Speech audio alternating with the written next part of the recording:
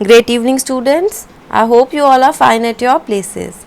आज का जो हमारा टॉपिक है that is practice problems on series and data frame. तो आपका जो चैप्टर 1 था सीरीज़ और डेटा फ्रेम का पैंडास में, उसके अंदर जो भी प्रैक्टिस प्रॉब्लम्स हैं आज हम वो सारी डिस्कस करेंगे। So let's start. हमारा पहला क्वेश्चन है, given are two objects, a list object namely list LST1 and a series object namely SCR1। वो बोलता है आपके पास दो ऑब्जेक्ट्स हैं, एक तो लिस्ट का ऑब्जेक्ट है LST1 नेम से और एक सीरीज का ऑब्जेक्ट है SCR1 से। Both are having similar values 1 2 3। ठीक है, तो यानी एक लिस्ट बनी हुई है जिसमें 1 2 3 और एक सीरीज है जिसमें 1 2 3 है। तो वो बोलता है आपका आउटपुट बताना है। मान लो अगर मैं उस लिस्ट में अगर 1 2 3 और मैं उसको 2 से मल्टीप्लाई करती हूँ तो क्या आएगा, और अगर सीरीज में 1 मल्टीप्लाई करती हूँ 1 2 3 में तो क्या आएगा। दोनों की वर्किंग जो है वो डिफरेंट होगी।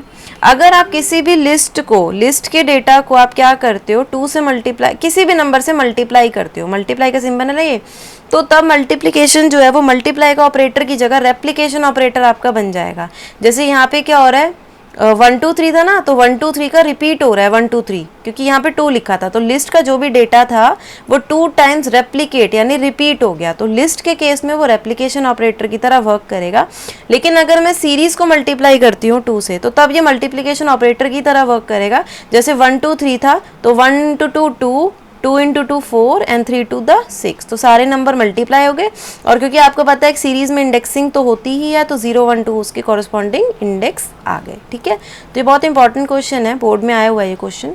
अगला क्वेश्चन आता है, what will be the output of the following program, import pandas as PD. सबसे पहले लाइन में आपको आउटपुट बताना है, तो हम साइड बाय साइड पढ़ते जाते हैं। पहले मैंने पैंडास को इम्पोर्ट किया, फिर मैंने एक लिस्ट बनाई FST नाम की जिसमें 9 10 11 वैल्यूज़ डाल दी। मुझे कैसे पता लिस्ट बनाई है, क्योंकि मैंने स्क्वायर ब्रैकेट्स लगा रखे हैं, और वो 9 10 11 मैंने FST में डाल दिया। फिर मैंने बोला PD.series FST, यानी जो मेरी लिस्ट बनी हुई थी 9 10 11 की, उसको मैंने सीरीज़ फंक्शन में डाला, तो यानी अब ये सीरीज़ बन गई, और उसको मैंने डाल दिया SCD में। अब मैंने क्या किया, PD.series data equal to FST multiply by 2 and उसको सीरीज बना के OB1 में डाल दिया, और फिर PD.series से डेटा इक्वल टू SCD, यानी पहली बारी में मैंने क्या किया, जो मेरी लिस्ट थी उसको ट्वाइस मल्टीप्लाई किया और फिर उसकी सीरीज़ बनाई।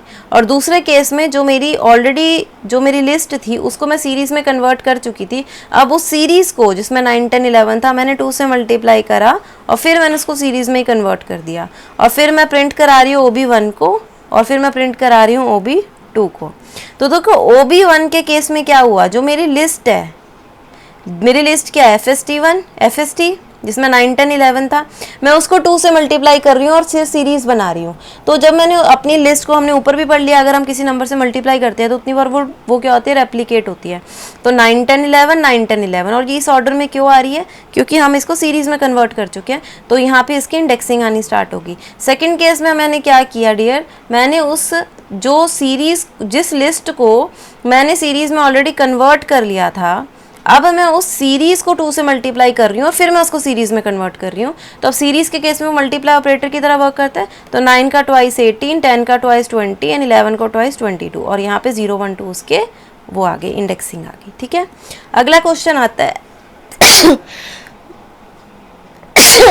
Sorry, import pandas as PD और इंपोर्ट numpy एज NP। मैंने दो लाइब्रेरी को डाउनलोड कर लिया, फिर मैंने बोला data equal to NP.array A1 B1 C1 D1 E1 F1। ठीक है, मैंने क्या किया, NP.array मैंने पैंडास और numpy का इंपोर्ट किया, फिर numpy.array में मैंने ये वैल्यूज़ डाल दी, जिसमें मैंने A1 B1 C1 D1 E1 F1 मैंने डाला, और ये मैंने किस में डाल दिया, एक डेटा के अंदर, डेटा नाम के वेरिएबल के अंदर।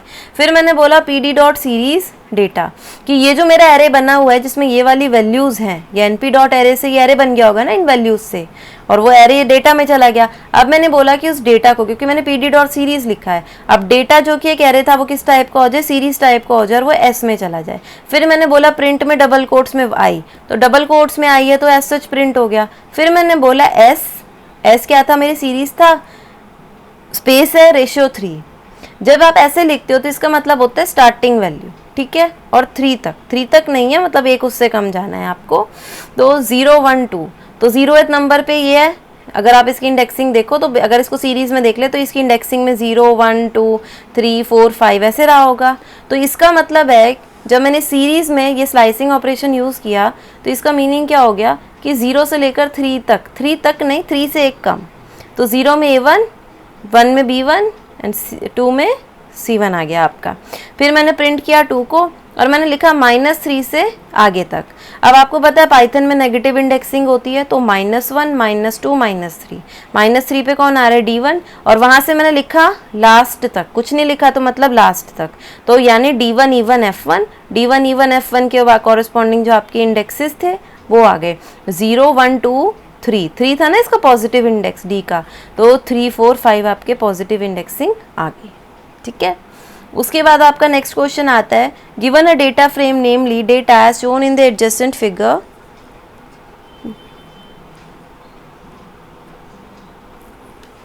Sorry, fruit names are row labels, write code statement 2। फिर से देख लो, आपको एक डेटा फ्रेम दे रखा है, नीचे मैंने बना रखा है, namely data as shown in the adjacent figure, fruit names are row label, जो यहाँ पे फ्रूट के नेम दे रखे हैं अब आपके रो के लेबल हैं, राइट कोड स्टेटमेंट्स, तो अब आपको कोड की स्टेटमेंट्स लिखी हैं। बेसिकली ये कॉलम का नाम हो गया, कलर, काउंटर, प्राइस, और उसके कॉरस्पॉन्डिंग जो ये एप्पल एप्पल पियर लाइम है, ये आपकी रोज के नाम हो गए और उसके कॉरस्पॉन्डिंग यहाँ पर डेटा है। Find all rows with the label apple, extract all columns. उसने बोला जितनी भी रोज हैं जिनका लेबल एप्पल है, मतलब जिनकी ये इंडेक्सिंग एप्पल हो रखी है, ठीक है, उन फाइंड ऑल रोज, सारी रोज निकालो, with the label apple, extract all columns, ऐसी सारी रोज भी निकाल लो, सारे कॉलम भी निकाल लो।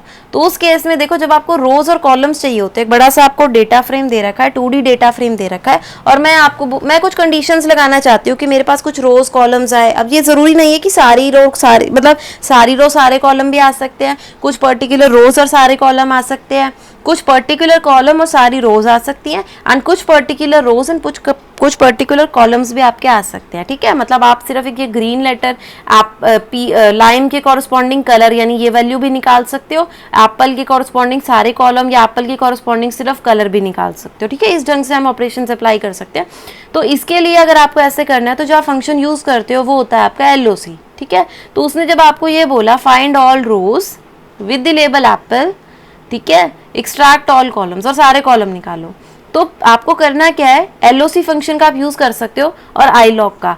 iLog फंक्शन आप तब यूज करोगे जब आपका जो रो के लेबल्स है वो न्यूमेरिक फॉर्म में है और कॉलम के भी। ठीक है, लेकिन अगर आपका लेबल्स जो है वो है यूजर डिफाइंड वेरिएबल्स, ओके, यानी न्यूमेरिक फॉर्म में नहीं है, 0 1 2 फॉर्म में नहीं है, इन दैट केस आप क्या करने वाले हो, you are going to use loc function. ठीक है, तो आपने क्या करना है, डेटा फ्रेम जो है उसका नाम डेटा था वो लिखना है, डॉट लिखना है, LOC लिखना है, स्क्वायर ब्रैकेट लगाइए और साथ में लिखिए एप्पल के लिए चाहिए ना, तो पहले रो बताओ, मेरे को एप्पल वाली रो चाहिए, लिख दिया, कॉमा करके कॉलम कितने चाहिए, सारे चाहिए, तो मैंने यहाँ रेशियो लगाया। इसका मतलब क्या है, स्टार्टिंग से लेके एंड तक ये दो रेशियो लगाइए, तो मतलब यहाँ भी वैल्यू होगी, यहाँ भी वैल्यू होगी, तो इसका मतलब शुरू से लेके लास्ट तक जितने भी तुम्हारे कॉलम आ रहे हैं, क्योंकि उसने बोला ना सारे कॉलम चाहिए, तो कॉमा करके शुरू से लेके लास्ट तक जितने कॉलम है वो दे दे, और उससे पहले आपको रो बतानी है, तो रो आपकी एप्पल है तो आपने लिख दिया एप्पल। ठीक है, आई होप आपको पहला क्वेश्चन क्लियर हुआ होगा।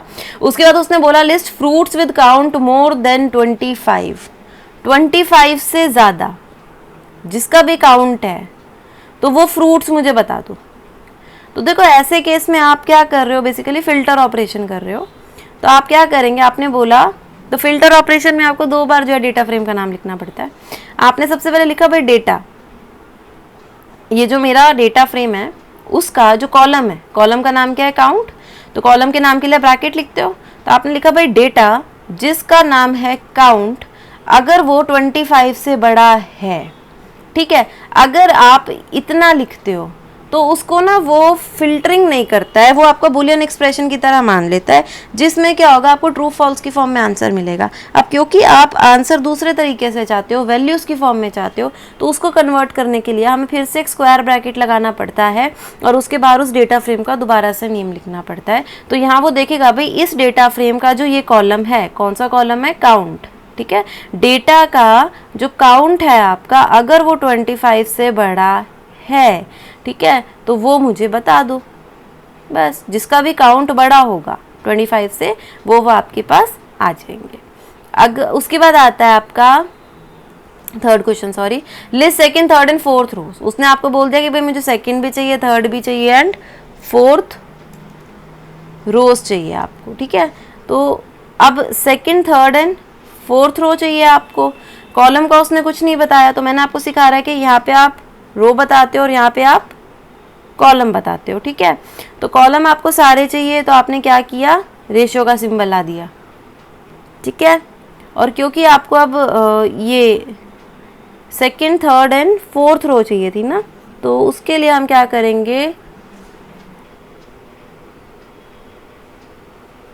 अच्छा क्लास इसका आंसर ना गलत है, क्योंकि आपको second third and fourth row चाहिए ना, तो और हम आई लॉग फंक्शन लगा रहे हैं, तो इसका आंसर मैं आपको बता देती हूँ, ये गलत है। सेकंड से चाहिए तो आप यहाँ 2 लिखोगे, 0 की जगह 2 आएगा रेशियो, और आपको ये चाहिए कहाँ तक, फोर्थ तक चाहिए, क्योंकि मैं आई लॉग फंक्शन लगा रही हूँ तो मैं 5 तक लिखूंगी, क्योंकि लॉग फंक्शन क्या करता है, आप जो लास्ट इसमें इंडेक्स देते हो वो उसको इंक्लूड करता है, लेकिन अगर आप वो करते हो आई लॉग फंक्शन यूज़ करते हो तो जो आप यहाँ पे इंडेक्स दोगे उससे कम निकालेगा, तो इसलिए मैं 2:5 लिखूंगी, तो तब मेरे पास 2 3 4 आपका आ जाएगा। ये 0:3 गलत है, आपको यहाँ 2:4 लिखना है, 5 लिखना है सॉरी, तो आपका जो आंसर है वो ठीक आ जाएगा। अगला वो बोलता है given a data frame MDF। अब आपको एक डेटा फ्रेम दिया है जिसमें ABC कॉलम के नाम है, रोज का नाम है 0 1 और ये उसमें डेटा डला हुआ है। What will be the output. अब आपको आउटपुट्स बताने हैं, तो एक बार डेटा फ्रेम आप दोबारा से देख लो। ABC है, 0 में 1 2 3 और 1 में 4 5 6 है, तो वो बोलता है 1 MDF.ilog 0 0 MDF.ilog 0 0। ilog में आपको पता है आप न्यूमेरिक इंडेक्सिंग ही देते हो, तो ये 0 रो का और दूसरा 0 कॉलम का, चाहे यहाँ A लेबल है पर मैंने न्यूमेरिक फॉर्म में दिया है, तो 0 0 पे क्या है, 1 है ना, तो आपका पहला आंसर क्या आएगा, 1। दूसरा उसने बोला MDF.log 0 C, तो 0 C में 0 का मतलब रो, C का मतलब ये, तो 0 3 क्या हो गया आपका 3। फिर उसने आपका बोला MDF.at 1, A। 8 का मतलब भी यही होता है 1 A पे कौन है, तो 4 है, तो आपने यहाँ पे 4 कर दिया। एंड लास्ट में उसने बोला I@1, 2। एट और I@ भी इसकी तरह I log और log की तरह यूज़ होते हैं कि इस पोजीशन पे क्या वैल्यू है, तो I@ जो है वो न्यूमेरिक I log की तरह काम करता है और जो at जो है वो log की तरह काम करता है। तो I@ जो है आपका वो 1, 2 बोल रहा है, तो 1, 2 का मतलब क्या हो गया, फर्स्ट रो एंड 0 1 2 से कॉलम, तो इसका मतलब है 1C, तो यानी कि 6 आपका आंसर आएगा, ठीक है। उसके बाद आता है given a data frame MDF, find out the error. उसने एक डेटा फ्रेम दिया जिसमें ABC है 0 1 1 2 3 4 5 6 और गलती निकालनी है आपको। सबसे पहला वो बोलता है find out errors MDF.drop total order axis 1। तो मैंने ड्रॉप अपना फंक्शन यूज़ किया इस टेबल पे, मैंने बोला टोटल और ऑर्डर, ये आपके कॉलम के नाम है, कैसे पता चला, एक्सिस 1 से, ठीक है।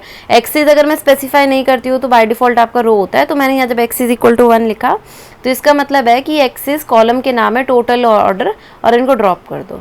तो अब इसका एरर मिस्टेक क्या है, वो कहता है एक्सिस 1 का मतलब है column, but there are no column by the name total. Total नाम का कोई कॉलम नहीं, कॉलम के नाम तो ABC है, एंड ऑर्डर, तो वो एरर देगा, वो कहेगा ये है कौन, ठीक है। दूसरा आता है MDF.drop A, D, A और D को ड्रॉप कर दो। अब क्योंकि मैंने आपको बोला कि बाय डिफ़ॉल्ट एक्सिस जो है वो 0 होती है, यानी रो की होती है, तो रो में क्या है आपका 0 1 और उसको क्या दिख रहे हैं AD, तो अगेन वो ड्रॉप नहीं कर पाएगा। तो वो यही बोल रहा है कि कोई एक्सिस नहीं दी है, तो यानी डिफ़ॉल्ट एक्सिस 0 है, यानी वो रोज़ की है, रोज़ जो है उनके लेबल A और D है ही नहीं, तो आपका आंसर क्या आएगा, आएगा ही नहीं, एरर आएगा। अगला आता है MDF.drop A, D axis equal to 1। Axis 1 तो दिया, उसने बोला A को भी डिलीट करो, लेकिन साथ में उसने कहा D को डिलीट करो।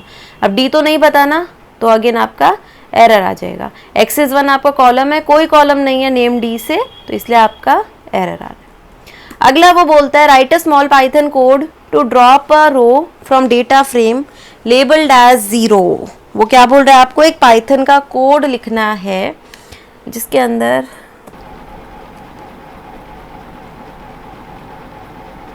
ओके तो हमारा क्वेश्चन था write a small Python code to drop a row from data frame labelled as 0। मान लो एक डेटा फ्रेम है,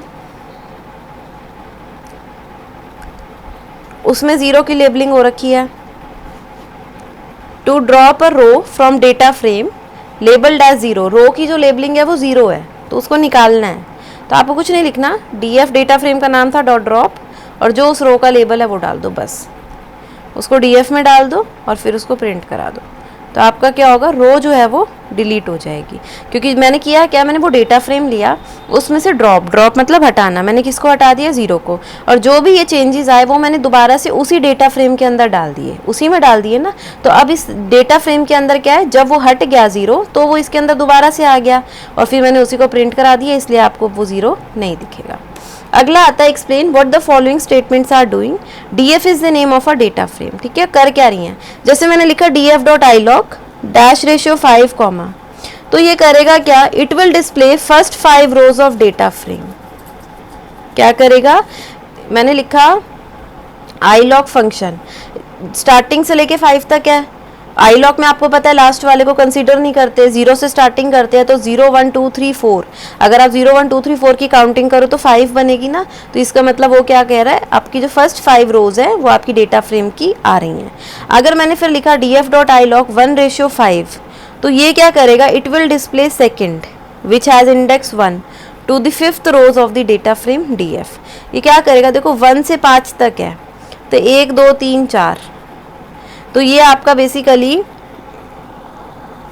it will display second which has index as 1, ठीक है, क्योंकि इंडेक्सिंग तो आपकी 0 से स्टार्ट हो रही है ना, तो ये 1 से काउंटिंग स्टार्ट करेगा, ठीक है, वहाँ तक आपकी रोज दे देगा। उसके बाद आता है df dot iloc 5,0, it will display 6th rows first column value of data frame. मैंने 5,0 लिखा है, तो it will display 6th rows first column value of the data frame df।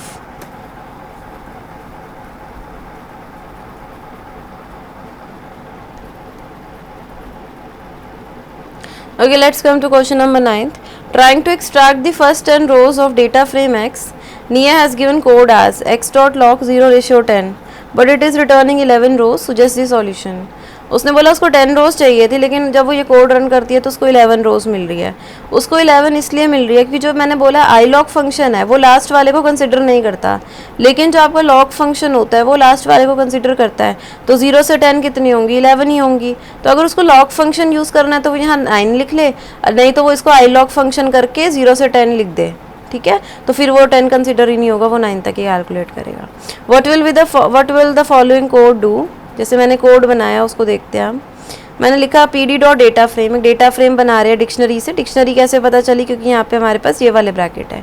Variable 1 var 1 उसका वो की बन गई, और np dot A range 122, A range function आपको पता है नमपाई का है, वो काम रेंज की तरह ही करता है, जैसे पहले 1 आएगा, फिर 2 का गैप है तो 3 के बाद 5 7 9 11, ऐसे करके 2 के गैप में आपकी जो वैल्यूज़ है वो आ जाएंगी।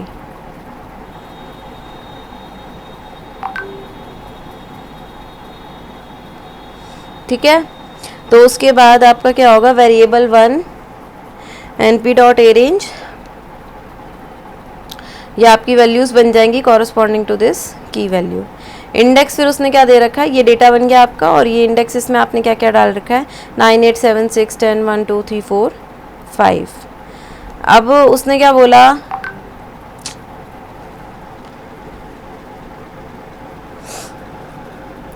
तो ये आपका डेटा बन जाएगा, ये कॉलम की हेडिंग बन जाएगी, और ये आपके इंडेक्सेस बन जाएंगे। अब जैसे मैंने बोला x1 equal to x dot iloc 4:7, फिर मैंने x2 बोला x dot head 2 and x dot tail 4, ठीक है। तो जो सबसे पहली लाइन ऑफ कोड है, देखो वो तो एक डेटा फ्रेम बना रही है जिसका नाम है x, कॉलम बन रहा है ये, यहाँ से आपके पास उसका डेटा आ रहा है, और जो कि ऐसे लेंथ वाइज होगा, और उसके कॉरस्पॉन्डिंग जो है ये इंडेक्सेस आपके आ जाएंगे, ठीक है। उसके बाद सेकंड लाइन में मैंने बोला x डॉट आई लॉग 4:7, 4:7 का मतलब क्या है, 4 5 6, तो यानी जो 4 5 6 पे इंडेक्स पे जो भी आपकी डेटा होगा, तो it is creating a data frame x1 which will store 4, 5, 6 रोज, ठीक है। जो 4, 5, 6 रोज वाली वैल्यूज़ होंगी वो इसमें चली जाएंगी। फिर मैंने बोला x dot head 2, head function ऊपर की वैल्यूज़ लेता था, जो नंबर आप डालो और टेल नीचे की। तो जब आपने ये लिखा है और वो x2 में डाला तो ये एक डेटा फ्रेम बनाएगा x2 which will store first 2 rose of x, पहली 2 रोज 0, 1 वाली वो ले लेगा, और जो टेल 4 है वो क्या करेगा, जो लास्ट की आपकी 4 रोज होंगी उनको वो उसमें स्टोर कर देगा, ठीक है। उसके बाद वो बोलता है what is following statement doing, जैसे मैंने लिखा df dot drop df dot column 0, x is equal to 1। तो इसमें आप देखो डेटा फ्रेम ड्रॉप करेगा, data frame dot column 0 x is equal to 1, तो x इज 1 का मतलब कॉलम हो गया, df डॉट कॉलम्स 0,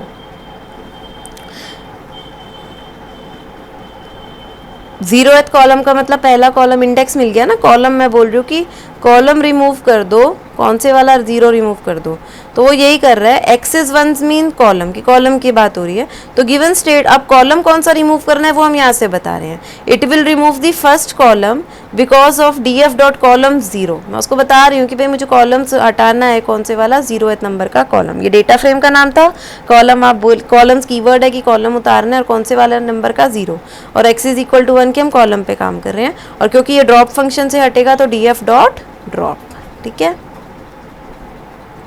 अगला बोलता है कंसिडर द फॉलोइंग कोड, एक सेक्शन बनाया है ABC, क्लासेस बनाई लिस्ट 643, फिर आप इसमें क्या करोगे, section section, number of classes classes, आपने एक डिक्शनरी बना ली।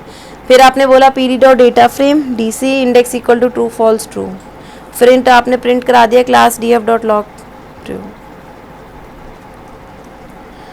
अब वो कहता है कि अगर आप इसको रन करो तो आपको की एरर मिलता है और आप क्या सॉल्यूशन देख सकते हो। दोबारा से कोड देखते हैं। आपने एक लिस्ट बनाई सेक्शन नाम की जिसमें ABC डेटा डाला, दूसरी आपने लिस्ट बनाई क्लासेस नाम की जिसमें आपने 643 डाला, फिर आपने क्या किया, एक DC नाम की डिक्शनरी बनाई जिसके अंदर सेक्शन है वो उसकी की रखी और डेटा उसमें ये ABC डाल दिया, फिर आपने नंबर ऑफ़ क्लासेस रखा और उसमें आपने 643 डाल दिया, फिर आपने pd डॉट डेटा फ्रेम बनाया, उसके अंदर आपने DC यानी ये जो आपने डिक्शनरी बनाई थी वो आपने डाल दिया डेटा की तरह, और उस डिक्शनरी के कॉरस्पॉन्डिंग जो इंडेक्सेस है रो के, क्योंकि ये जो आप सेक्शन और ये डाल रहे हो तो कॉलम के नाम हो गए ना, तो ये जो आप ट्रू फॉल्स ट्रू है ये आपने रो के नाम बता दिए, ठीक है। उसके बाद आप कह रहे हो class df dot loc true, मैं प्रिंट कराना चाह रही हूँ कि क्लास df जो मेरा डेटा फ्रेम बना है अगर उसकी जो ट्रू लोकेशन है, क्योंकि ये इंडेक्सेस हैं ट्रू फॉल्स ट्रू इधर, तो मैं बोल रही हूँ कि जो उनके इंडेक्सेस हैं ट्रू फॉल्स ट्रू उनके कॉरस्पॉन्डिंग मुझे आंसर मिल जाए, वो वाली रोज़ मिल जाए, मैं ये कह रही हूँ, लेकिन मुझे मिल रहा है एरर। तो अबव कोड इज़ गिविंग की error because it has created data frame with string indexes. जब आपने ये लिखा था ना इंडेक्स इक्वल टू ट्रू तो आपने कोट्स लगा दिए थे, तो कोट्स लगाने की वजह से ये क्या हो गए, आपके स्ट्रिंग बन गई, तो ये तो स्ट्रिंग इंडेक्सेस बन गई। एंड वो एसेस क्या कर रहा है, इंडेक्सेस एज बुलियन, क्योंकि जब आप इसमें यहाँ ट्रू लिख रहे हो तो वो इसको बुलियन वैल्यू की यानी ट्रू फॉल्स की तरह देख रहा है, 0 1 की तरह देख रहा है। यहाँ पे स्ट्रिंग है क्योंकि कोट्स में है, यहाँ पे वो बुलियन वैल्यू है, तो डेटा टाइप मैच नहीं कर रही ना, इसलिए क्या है कि वो निकाल नहीं पा रहा। तो अगर इसका सॉल्यूशन क्या है कि आप कोट्स हटा दो इंडेक्सेस से, ठीक है, तो यानी आप यहाँ से जो आप ये लाइन लिख रहे हो ना इंडेक्स इक्वल टू, बस यहाँ से कोट हटा दो, तो कोट हटाते ये भी ट्रू है ये भी ट्रू है, तो बस उसके कॉरस्पॉन्डिंग जो भी आंसर होगा फिर आपको मिल जाएगा। तो ट्रू फॉल ट्रू लिखना है, कोट नहीं डालने इसके अंदर, ठीक है। अगला क्वेश्चन आता है given a series object S4 write a program to change the values at it second row and third row to 8000। आपके पास एक सीरीज ऑब्जेक्ट है, आपको एक प्रोग्राम लिखना है जिससे आप उसकी सेकंड और थर्ड रो की वैल्यूज़ को 8000 पे चेंज कर दो। Import pandas as PD, original series आपकी क्या रहेगी S4 क्योंकि सीरीज़ थी। फिर मैंने बोला उसकी सेकंड और थर्ड रो को चेंज करना है, तो सेकंड रो का इंडेक्स 1 है क्योंकि फर्स्ट रो का इंडेक्स 0 है और सेकंड रो का 1 है, तो आपने क्या लिखना है S4 1, कहाँ तक जाना है, थर्ड रो तक। सेकंड और थर्ड रो का चेंज करना है ना, तो 0 1 2 तक जाना है, लेकिन हमें पता है कि जब हम सिंपल स्लाइसिंग ऑपरेशन करते हैं तो वो उसको एक्सक्लूड कर देता है, तो यहाँ पे आप क्या लिख दोगे 3, तो वो 1 और 2 को ही कंसिडर करेगा। मैंने लिख दिया उनको क्या कर दो 8000 कर दो। तो बस जब आप इसको प्रिंट कराओगे तो पहले क्या था अलग अलग वैल्यूज़ थी, प्रिंट करने पर 8000 हो जाएंगे। 1 से लेकर 2 तक 8000 कर दो। डेटा फ्रेम का नाम ब्रैकेट स्टार्ट करते हो, इंडेक्सेस और फिर वैल्यू इक्वल टू डाल के। अगला है आपका given a series object S5, write a program to calculate the cubes.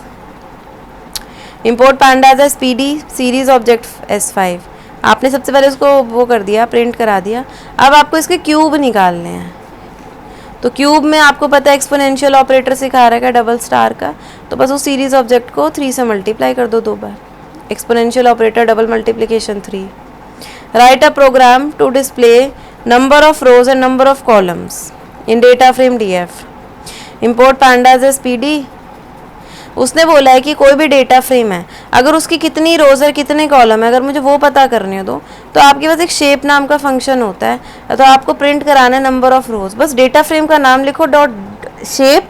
अगर आप शेप के साथ ब्रैकेट में 0 डालते हो तो इसका मतलब है नंबर ऑफ रोज पूछ रहे हो आप, और अब अगर आप शेप के साथ 1 डालते हो तो इसका मतलब है नंबर ऑफ कॉलम्स पूछते हो आप, ठीक है।